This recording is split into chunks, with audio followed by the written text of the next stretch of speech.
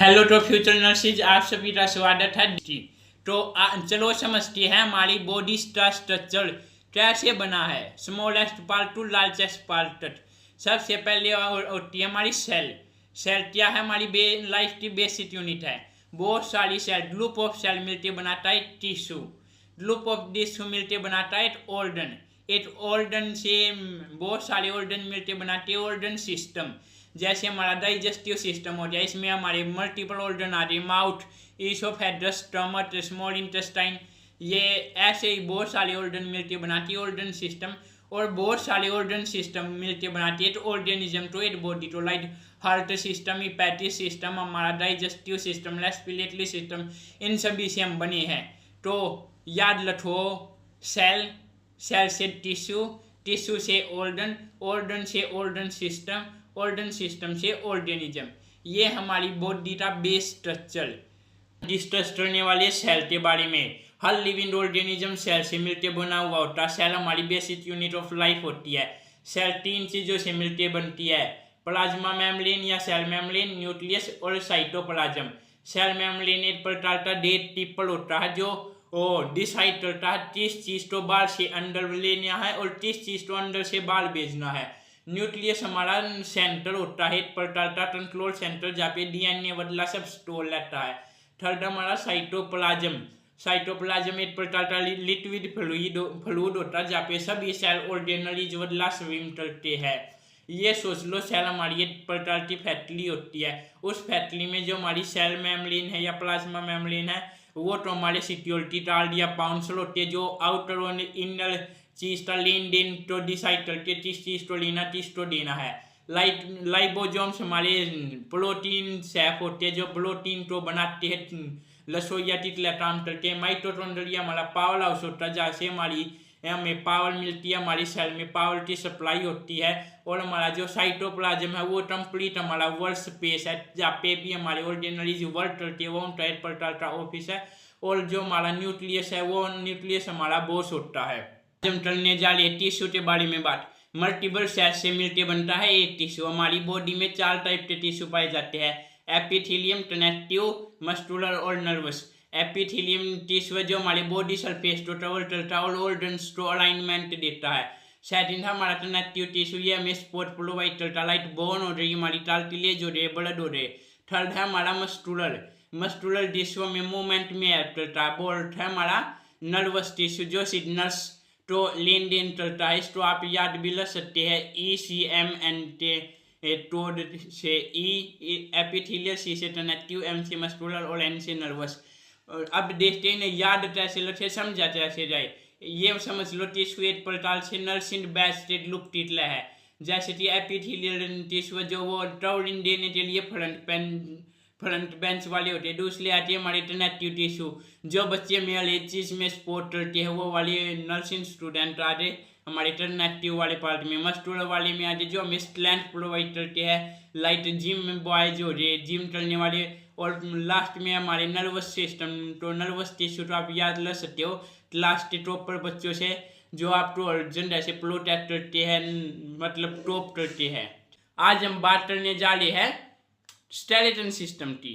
हमारी पूरी body skeleton ही है। इसके ऊपर से बस थोड़ा फ्रेमवर्क हो रखा है, थोड़ी डेकोरेशन हो रखी है किस चीज़ की, टिश्यूज की, सेल्स की और स्किन लेयर की।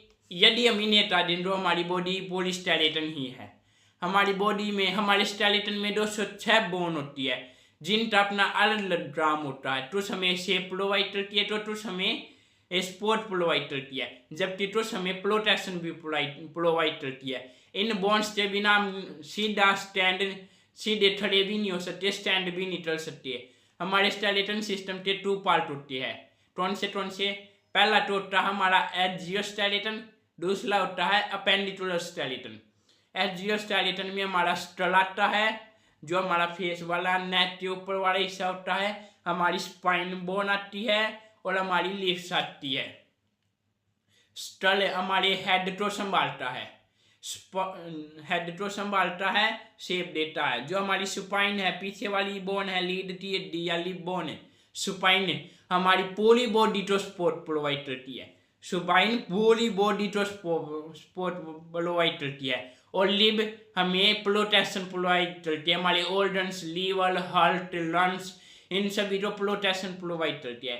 जबकि हमारे अपेंडिक्स और स्केलेटन में आते हैं हमारे आर्म्स, जो हाथ वाली है, लेग और हिप, ये तीनों जो हमें मूवमेंट में हेल्प करती है।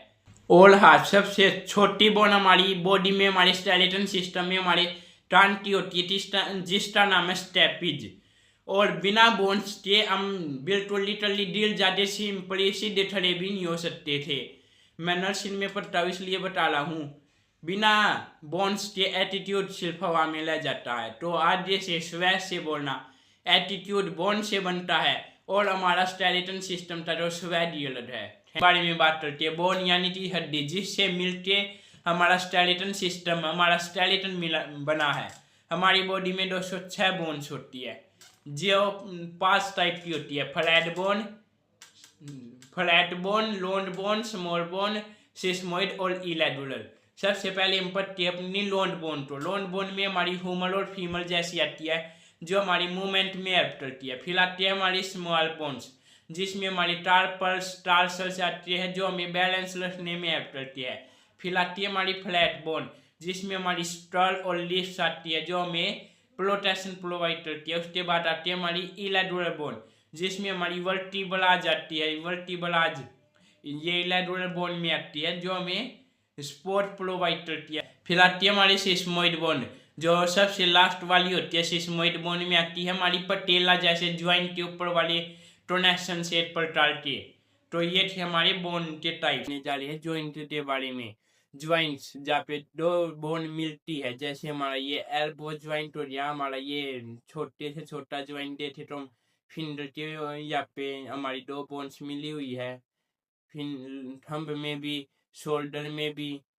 तो ये हमारे ज्वाइंट होते हैं, जहाँ पे दो बोन ज्वाइंट करती है एक दूसरे। तो हमारे 3 टाइप के ज्वाइंट होते हैं। एक तो फिक्स ज्वाइंट, जो बिल्कुल भी मूवेबल नहीं होता, हमारा जंपर है शटर। हमारे शटर में मल्टीपल बोन है, पर ये मूव नहीं कर सकती है, ऐसे हार्ड है, ये ऐसे लगती है। दूसरा है हमारा स्लाइटली मूवेबल, जो थोड़ा बहुत मूव कर सकता है, जैसे हमारे वर्टिब्राज हो गए, अल्ट्रा फुल्ट्रा मूव कर सकते हैं। ज़्यादा नहीं, हमारा फिंगर तो ले लो, यहाँ पे भी ये इतना मूव कर सकता, पर इससे ज़्यादा मूव नहीं कर सकता। ये ऊपर वाला और भी टर्म मूव कर सकता है। तो ये स्लाइटली मूवेबल ज्वाइंट है एग्जाम्पल। फिर हमारा फ्रीली मूवेबल, इसमें आज हमारे शोल्डर ज्वाइंट, नी ज्वाइंट, जैसे शोल्डर है, ये आगे भी पीछे भी बिल्कुल आराम से फ्रीली मूव कर सकता है। तो इसको हम फ्रीली मूवेबल ज्वाइंट की कैटेगरी में इंक्लूड करते हैं। जो फ्रीली मूवेबल ज्वाइंट होते हैं या मूवेबल ज्वाइंट होते हैं, उन्हें हम साइनोवियल ज्वाइंट भी बोलते हैं, क्योंकि उनके अंदर एक फ्लूइड होता है जो इनकी मूवमेंट में हेल्प करता है। उस फ्लूइड का नाम है साइनोवियल फ्लूइड। मसल्स के बारे में तो सबसे पहले देखते हैं मसल्स होती क्या है। मसल्स हमारी बॉडी का वो टिश्यू है जिसके कारण हमारी बॉडी में मूवमेंट होती है। जैसे हैंड है, अब ये मूवमेंट चल रहा, तो ये मसल्स के कारण ही चल रहा है। जो ये मैं मूवमेंट करवा रहा हूँ अपनी हैंड की बार बार, ये मसल्स के कारण होती है। हमारी बॉडी में 3 टाइप की मसल होती है, स्केलेटन, स्मूथ और target. Skeleton muscles, skeleton muscle वो होती है जिन्हें हम अपनी मर्जी से मूव करवा सकते हैं। जैसे मेरा मन प्ले रहा तो मैं हाथ को ओपन कर रहा हूँ, ये स्केलेटन मसल्स वर्क कर ली है, जिसके थ्रू मैं अपने हाथ को हिला पा रहा हूँ। मेरा मन किया तो मैंने हाथ को ऐसे किया, अब ऐसे कर लिया, ये कर लिया। ये मैंने स्केलेटन मसल्स से थ्रू किया है, क्योंकि ये वोलेंटली होती है, हम अपनी मर्जी से इसकी मूवमेंट करवा सकते हैं। ये हमारी एक्सट्रीमिटीज में मिलती है मेनली। दूसरी है हमारी स्मूथ मसल, ये इनवॉलेंटली होती है, ये हम अपनी मर्जी से नहीं कर सकते इसको वर्क। ये हमारे ऑर्गन्स में मिलती है, जैसे इंटेस्टाइन हुई, स्टमक हुआ। अब हम अपनी मर्जी से स्टमक को हैंडल तो नहीं कर सकते, हम खाना डाइजेस्ट तो नहीं कर सकते, हम बस खा सकते हैं। वो स्टोर हो रहा, डाइजेस्ट हो रहा, वो जो मसल है उसकी मर्जी से हो रहा, हमारी से बिल्कुल नहीं हो रहा। ये अपने आप काम करती है। थर्ड है हमारी कार्डियक मसल, ये हमारी हार्ट में होती है। ये एक नर्सिंग स्टूडेंट या एक नर्स के जैसे नॉन स्टॉप ड्यूटी करती है 24/7। जिस दिन इसने ट्राम बंद कर दिया उस दिन आप ऊपर ही मिलोगे, मतलब आपका ट्राम खत्म। तो इसलिए याद रखो, स्केलेटन मूवमेंट, स्मूथ डाइजेस्ट और टारगेट नॉन स्टॉप वर्किंग में काम करती है। पदो स्मार्ट और मसल स्मार्ट। अब एक light cell and soft light करके आप मेटलस को आपकी मसल के जैसा स्ट्रॉन्ग बना दो। सर्कुलेटरी सिस्टम यानी कि पाथवे ऑफ ब्लड फ्लो, हमारी बॉडी में हमारे ब्रेन से हर एक ऑर्गन में ब्लड कैसे फ्लो करता है, हमारे हार्ट से लेके। तो आइए समझते हैं, हमारी बॉडी में तो दो तरीके से सर्कुलेशन होता है ब्लड का। कौन से पहला पल्मोनरी, दूसरा सिस्टेमेटिक। पल्मोनरी में क्या होता है, जो हमारा ब्लड है वो हार्ट से लंग में जाता है, या से ऑक्सीजन लेके वापिस हार्ट में जाता है। Heart to lung, lung to heart, ये हमारा पल्मोनरी सर्कुलेशन होता है। जो हमारा दूसरा सिस्टेमेटिक सर्कुलेशन, उसमें ब्लड हमारा हार्ट से निकल के हमारी वॉल बॉडी में, पूरी बॉडी के हर एक ऑर्गन, हर एक टिश्यू, हर एक सेल तक पहुंचता है और उन्हें ऑक्सीजन प्रोवाइड करके वहां से दी हुई ऑक्सीजनेटेड ब्लड को लेके वापिस हार्ट में आ जाता है। इसको समझने के लिए एक सिंपल सा एग्जाम्पल ले तो आप समझो, जो आपका लंग है वो आपकी कंपनी जहाँ पे ऑक्सीजन बनती है। हार्ट है आपका लो डाउन, जहाँ पे आप स्टोल बदला कर सकते हो। और जो आपका ब्लड है वो है एक प्रकार का आपका ब्लड जो ट्रांसपोर्ट का काम करता है।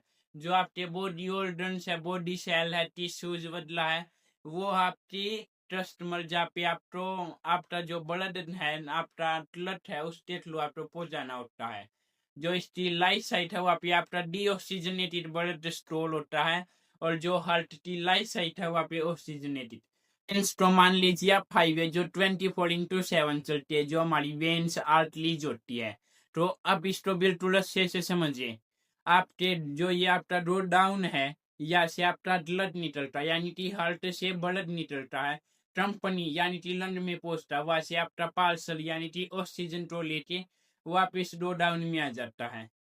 डीऑक्सीजनेटेड ट्रोलेटेड गया है, यानी खाली क्लट ट्रोलेटेड गया था, ऑक्सीजन लेके आ गया। फिर वो क्लट दोबारा से निकलता है, आपके हाईवेज है, जो वेन्स है, उन के थ्रू आपकी हर एक ट्रस्टमल, हर एक ऑर्गन, हर एक सेल, हर एक टिश्यू तक पहुंचता है, उन्हें ऑक्सीजन देता है, और उनसे खाली बैट यानी कि डीऑक्सीजनेटेड ब्लड लेता है, और वापिस हल्के लाइट साइट आ जाता है।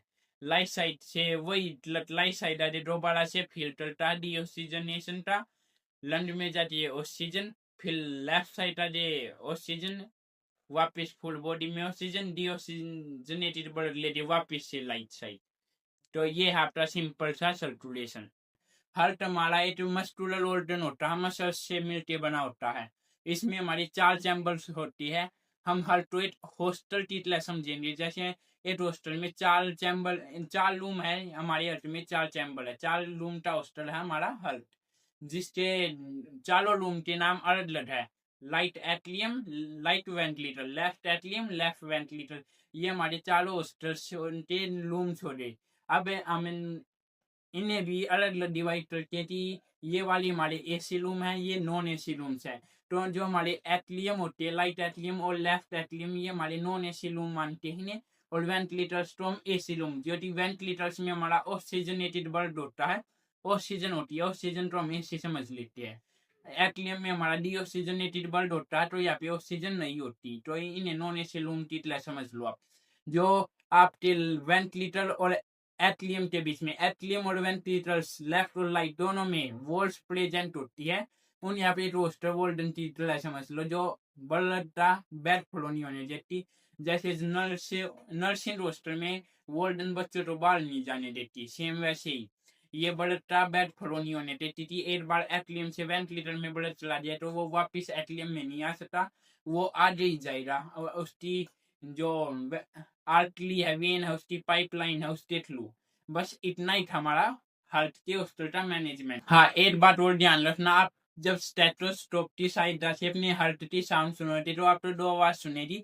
जो नॉर्मल साउंड ऑफ हार्ट होती है, लब और डब, लब डब की साउंड, या मान लो जब आपकी वोल्डन हॉस्टल की वोल्डन दूसरा करती है, वो साउंड वाल के ओपन और क्लोज होने पे लब डब की साउंड आती है। और सबसे लास्ट में आपके लिए क्वेश्चन, आप हमें बताना टोमेटोस में हमारी अल्ट्रा साइज कितना होता है। ब्लड होता हमारा लाइफ का फ्लूइड, बॉडी का फ्लूइड, या हम बोले तो ब्लड है हमारी बॉडी का जो लैबोरेटोरियल सर्विस है एक प्रकार की। वो अब हम समझेंगे कि लैबोरेटोरियल सर्विस हमने इसे क्यों बोला है। ब्लड में हमारे दो कंपोनेंट होते हैं, प्लाज्मा और सेल्स। प्लाज्मा हमारा 55% होता है, जो ट्रांसपोर्ट जिसके अंदर जो हमारी सेल्स है वो मूव करती है, कौन सी, ब्लड सेल्स मूव करती है। दूसरा ये येलो कलर का फ्लूइड होता है प्लाज्मा। दूसरा हमारा सेल्स, ये होती है हमारी 45%। इसके अंदर आती है हमारी आरबीसी, डब्ल्यूबीसी और प्लेटलेट्स। आई अब इन्हें देखती है। आरबीसी का काम होता है ऑक्सीजन का ट्रांसपोर्ट करने का। बोले तो डिलीवरी बॉय है, ये ऑक्सीजन को डिलीवर करती है। दूसरे है हमारी डब्ल्यूबीसी, ये हमारी उस सिक्योरिटी गार्ड, ये हमारी सिक्योरिटी गार्ड है। ये इन्फेक्शन से फाइट करती है, हमारी बॉडी को इन्फेक्शन से प्रिवेंट करती है। थर्ड आती है हमारी प्लेटलेट्स, ये हमारा एक प्रकार का प्लम्बर है जो टेस्ट को बंद करता है, क्लोटिंग करता है। और जो हमने प्लाज्मा पढ़ा था वो एक प्रकार का हमारा डिलीवरी क्लट है, वो ट्रांसपोर्ट करता है, ट्रांसपोर्टेशन में हेल्प करता है इन सभी सेल्स बदला दी आरबीसी, डब्ल्यूबीसी और प्लेटलेट्स।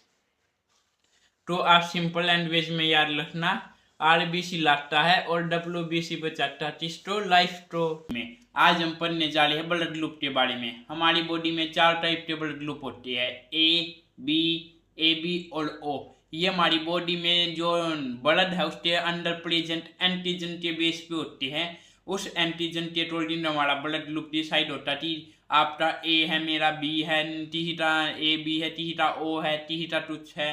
मोस्ट मेन ये हमारी ये 4 ही होती है। इन 4 में ही हमारी पूरी जो यूनिवर्सल के लोड है उन सभी के यही 4 ब्लड ग्रुप है, ए बी और ओ।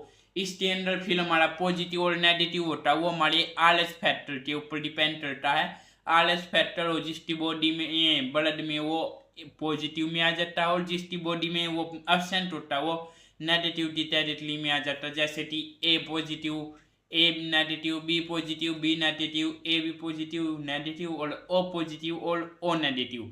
जो हम अपना यूनिवर्सल डोनर मानते हैं, जो सबको ब्लड दे सकता है। सिंपली समझो, जो हमारा ए पॉजिटिव है वो अपना ब्लड सिर्फ ए पॉजिटिव वाले बंदे को दे सकता है, सेम बी पॉजिटिव वाला बी पॉजिटिव को।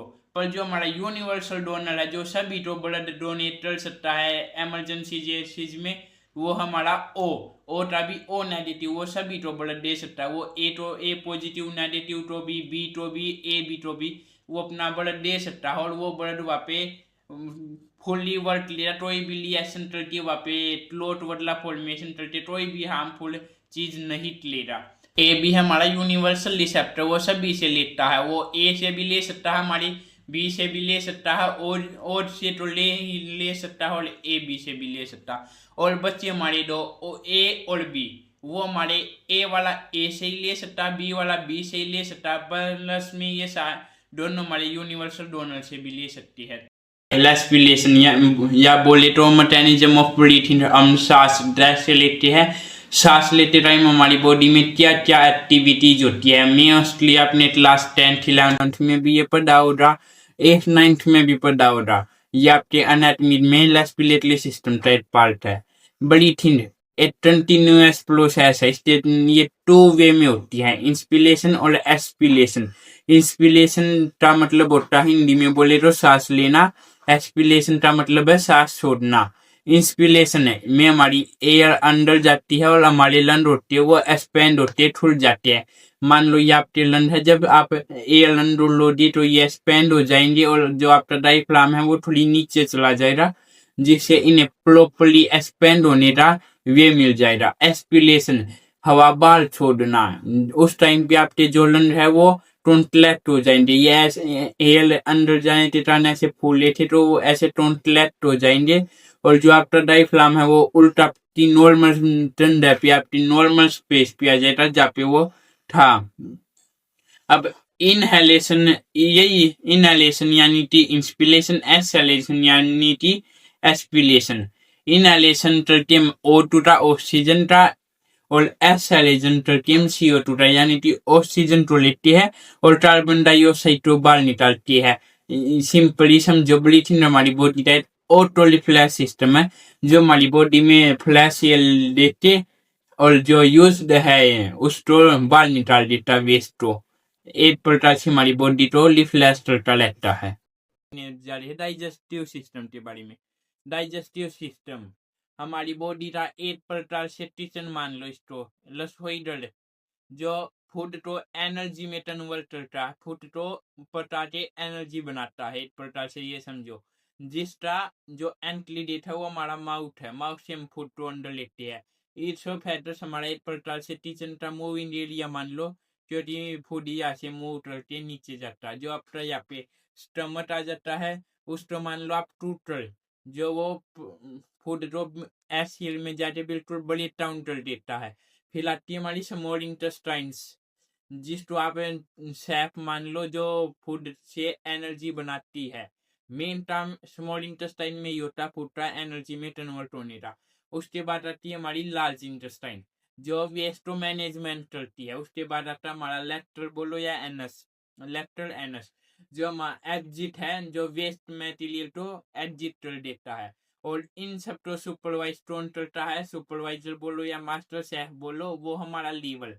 क्योंकि हमारी बॉडी का जो डाइजेस्टिव सिस्टम की प्रोसेस है, प्रोसेस ऑफ डाइजेशन, वो हमारे 3 ग्लैंड्स एंटर करती है। कौन से सलाइवरी ग्लैंड, लीवर और पैंक्रियाज।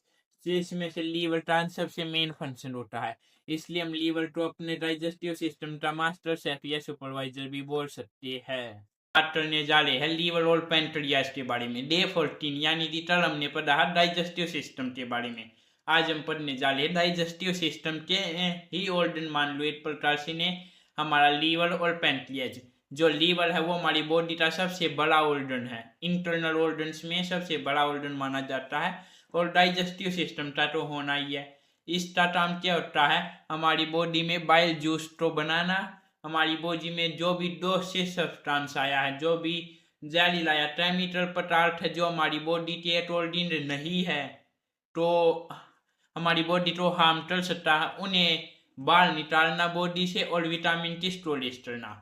दूसरा हमने पढ़ना आज पेनक्लियाज के बारे में। पेनक्लियाज क्या है, पेनक्लियाज एक इंसुलिन फैक्ट्री मान लो। पेनक्लियाज तो पेनक्लियाज इंसुलिन बनाता है और साथ में जो हमारे डाइजेस्टिव के हमारे जो डाइजेस्टिव एंजाइम्स हैं उनको भी हमारा पेनक्लियाज बनाता है। तो ये समझ लो, ये दोनों मिलके हमारे इंसुलिन यानी कि शुगर को और लीवर हमारे डिटॉक्सिफिकेशन में टॉक्सिन सब्सटेंस की सत्य सुटा देता, बाय बाय कर देता उन्हें और डाइजेशन में हेल्प करती है। आज हम पढ़ने जा रहे हैं एस्केलेटरी सिस्टम के बारे में। एस्केलेटरी सिस्टम होता क्या है, हमारी बॉडी का वेस्ट प्रोडक्ट है उसको बॉडी से बाहर निकालना हमारा एस्केलेटरी सिस्टम का काम होता है। इसमें जो मेन रोल प्ले करती है वो है किडनी। किडनी क्या काम करती है, जो हमारी बॉडी में ब्लड है उसको फिल्टर करती है, फिल्ट्रेट करती है। एक प्रकार का फिल्टर पंप है जो ब्लड से वेस्ट प्रोडक्ट यानी यूरिन को अलग कर देती है, यूरिया को अलग कर देती है। जो वो अलग किया गया यूरिन है वो यूरिटर के थ्रू हमारे ब्लैडर में जाता है, यूरिनरी ब्लैडर में। जो हमारा यूरिनरी ब्लैडर है वो एक प्रकार का स्टोरेज टैंक है, वहाँ पे वो स्टोर हो जाता है। और वहाँ से जब वो टैंक फुल हो जाता है तो यूरिथ्ला के थ्रू वो बाहर आ जाता है। तो यही हमारी एस्केलेशन सिस्टम की प्रोसेस है, फिल्ट्रेशन, रीअब्जॉर्प्शन और एस्केलेशन। फिल्टर हो रहा उसमें से रीअब्जॉर्ब हो के एस्केलेट हो जाएगा यूरिथ्ला के थ्रू। एक प्रकार से इसको ऐसे समझो, किडनी हमारा फिल्टर पंप है, जो यूरिथ्ल है हमारी वो पाइप है, एक प्रकार का कनेक्शन है जो फिल्टर से में स्टोरेज टैंक उस चीज को लिक्विड को पहुंचाती है। हमारा ब्लैडर हमारा स्टोरेज टैंक है और जो हमारा यूरिथ्ला वो एग्जिट है एक प्रकार का, जिसके थ्रू बाहर आ जाता है। करने जा रहे हैं एंडोक्राइन ग्लैंड्स के बारे में। एंडोक्राइन ग्लैंड्स का क्या काम होता है, हमारी बॉडी में हार्मोन का बनाना। हार्मोन बनाना एक प्रकार के केमिकल मैसेंजर्स होते हैं। मेन जो मोस्ट इंपॉर्टेंट वो हमारे पास होते हैं पिट्यूटरी, थाइरॉइड, एड्रिनल और फिर हमारा पेंक्रियाज और डोनाल्स। जो हमारा सबसे पहला था पिट्यूटरी ग्लैंड, उसको मास्टर ग्लैंड भी बोलते हैं। जो जी वो इन सभी हमारे एंडोक्राइन ग्लैंड्स को कंट्रोल करता है। दूसरा हमारा थायरॉइड ग्लैंड, ये मेटाबॉलिज्म के लिए जाना जाता है, इसका काम है मेटाबॉलिज्म का, ये हमारी बॉडी में एनर्जी बनाता है। थर्ड है हमारा एड्रिनल, जो स्ट्रेस को कंट्रोल करता है, जो हमारी बॉडी में कोई भी स्ट्रेस लाया उसके ऊपर वर्क करके उसको रिमूव करने का काम किया। फिर आता हमारा पेनक्रियाज, जो इंसुलिन बनाता है और हमारी बॉडी का जो शुगर है उसको कंट्रोल करता है, शुगर का लेवल इंक्रीज नहीं होने देता, इंसुलिन को टाइमली बनाता रहता है। उसके बाद हमारे डोनर्स, डोनर्स कौन सी होती है, हमारे सेक्स हार्मोन होती है, जो हमारी बॉडी में सेक्स में हमारी बॉडी का सेक्स हार्मोन होता है हमारे डोनर्स, मेल के अलग और फीमेल के अलग। इस तरह से हमारे एंडोक्राइन ग्लैंड्स हमारी बॉडी के सिक्रेट एजेंट है, जो हमें केमिकल मैसेंजर और हार्मोन्स तो में हेल्प करती है। हम सिंपली भाषा में समझे तो हमारे ब्रेन में 3 डोस्ट वास करती है, 3 डोस्ट लेती है। कौन से पहला हमारा सेरिबेलम, दूसरा सेरिबेलम और तीसरा मेडुला ओब्लोंगेटा। जो पहला हमारा सेरिबेलम, वो है एक प्रकार से टॉपर बन रहा, जो थिंकिंग पे काम करता है, जिसका काम है थिंकिंग, जो थिंकिंग की जॉब करता है। दूसरा सेरिबेलम, सेरिबेलम का क्या काम होता है, हमारी बॉडी का बैलेंस मेंटेन करना, कोऑर्डिनेट करना हमारे ऑर्गन्स को। तीसरा है मेडुला ओब्लोंगेटा, ये एक प्रकार से जिद्दी लड़का है, जो उसकी मर्जी से काम करता है, इनवॉलेंटली होता है, हमारे अकॉर्डिंग वो काम नहीं करता। इसके एग्जाम्पल में हम ले तो हमारा ब्रीथिंग पैटर्न हो गया, हमारी हार्ट बीट हो गई। एक प्रकार से जिद्दी है, हमारे अकॉर्डिंग काम नहीं करती, जब ये चाहता है काम करती है, वरना नहीं करती। ये थे हमारे ब्रेन के 3 बात, 3 दोस्त। चले स्पाइनल कोड में, स्पाइनल कोड के 2 मेन फंक्शन होते हैं, एक तो बॉडी को सपोर्ट देना और दूसरा हमारी ब्रेन को हमारी बॉडी से कनेक्ट करना। कैसे कनेक्ट करती है, जो हमारी ये स्पाइनल कोड है, ये यहाँ पे आज हमारी ब्रेन से कनेक्ट होती है डिस्टेट लूम, या आप मान लो एक डाटा टेबल है, जो हमारी इसको स्पाइनल कोड को ब्रेन से कनेक्ट कर लिया है। स्पाइनल कोड का काम और जो काम है फंक्शन, बोले तो एट्रोलिफ्लेक्स एक्शन में काम करती है। दूसरा एज मैसेंजर काम करती है, ब्रेन से मैसेंजर मैसेज आएगा स्पाइनल कोड के थ्रू, नर्व्स के थ्रू हमारे बॉडी के अलग डिफरेंट ऑर्गन्स पर एक्सट्रीमिटीज तक वो पहुंच जाएगा और वे फिर एक्शन लेंगे। या आप समझ लो, जो आपका ब्रेन है वो बॉस है और जो आपकी स्पाइनल कोड है वो उसकी पर्सनल असिस्टेंट है, पीए है। ब्रेन ऑर्डर देता कि आज तो ऊपर लो तो आपकी स्पाइनल कोड कर दिया सल हो गया।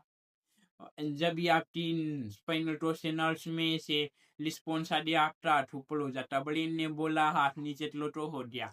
इस प्रकार से आपकी जो स्पाइनल कोड है वो एक प्रकार से पीए का काम करती है आपके ब्रेन के। और इफ जो ये कनेक्शन है ये टूट गया तो जो आपकी बॉडी का पूरा सिस्टम है वो क्लैश हो जाएगा, ब्रेन से सिग्नल ऑर्गन्स तक जाएंगे ही नहीं और ना वो काम करेंगे, तो सिस्टम क्लैश। हमारी आई के मेनली 5 पार्ट होते हैं, कॉर्निया, प्यूपिल, लेंस, लेटाइना और ऑप्टिक। चलो अब एटेटरटेन तो समझते हैं। लेंस हमारी बॉडी में जो कैमरे में लेंस होता है, सेम वैसा ही जो इमेज पे फोकस करता है, इमेज को कैच करता है। कॉर्निया उस लेंस को ट्रेवल करता है। प्यूपिल का काम है लाइट को फोकस करना, कि हाँ हमें ये इमेज है तो इसके ऊपर अपनी लाइट को फोकस लेगा, जिससे हमारी वो बने इमेज अच्छी बनी। लेटाइना हमारी फोटो गैलरी है, जहाँ पे फोटो कनेक्ट होती है, बनती फिर वो ब्रेन में हमारी जाके इंटरप्ट होती है, लेटाइना में बनती है। फिर लास्ट हमारी लैडिया जो थी ऑप्टिक नर्व तो आप समझो एक प्रकार की यूएसबी केबल, जो लेटाइना में जहाँ पे इमेज बन लिया वहां से ब्रेन तक एक केबल है, जिसके थ्रू लेटाइना से ब्रेन में हमारी इमेज ट्रांसफर होती रहती है। और जो हमारी आर्ट प्रिंट करती है बार बार, इसको समझ लो आप एक ऑटो रिफ्लेक्स सिस्टम की। हाँ हमारा कैमरा ऑटो रिफ्लेक्स करता रहता है। आज हम बात करने जा रहे हैं स्किन के बारे में। स्किन हमारी बॉडी का सबसे लार्जेस्ट ऑर्गन है हमारी स्किन, या एक प्रकार से लगा लो हमारे ऑर्गन्स के लिए वाटरप्रूफ जैकेट है। ये इसके 3 पार्ट होते हैं, 3 टाइप या लेयर होती है इसकी, एपिडर्मिस, डर्मिस, हाइपोडर्मिस। एपिडर्मिस होती है हमारी आउटर स्किन, जो हमें प्रोटेक्शन में हेल्प करती है।